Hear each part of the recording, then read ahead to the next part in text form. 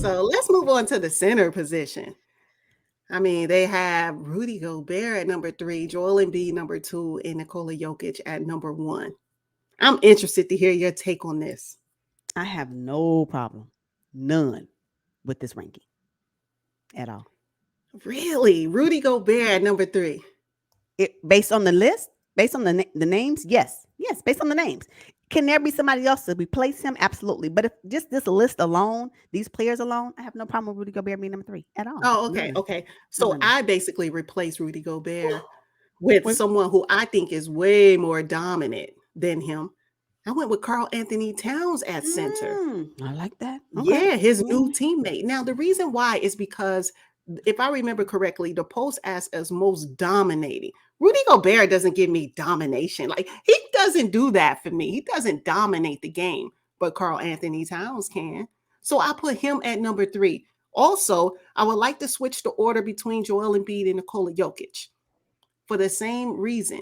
Jokic isn't necessarily dominating, but Joel Embiid is on both sides of the basketball. He's athletic, he can get up, and he can put fear in your heart. Jokic doesn't give me fear at all. So I put Jokic at number 2, Joel Embiid, the most dominant center in the NBA, at number 1. I don't have a problem with the list, and here's why.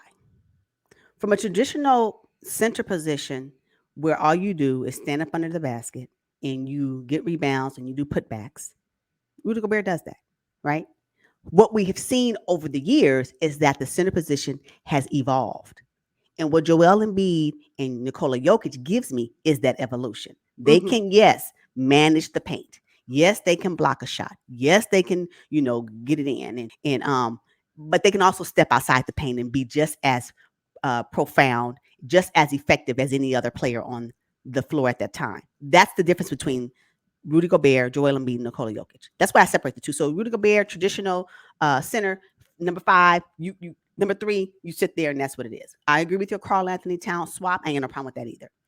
The reason why I still have Nikola Jokic as number 1 and Joel Embiid at number 2, not that they cannot both do what I just mentioned, step outside the paint and be just as prolific.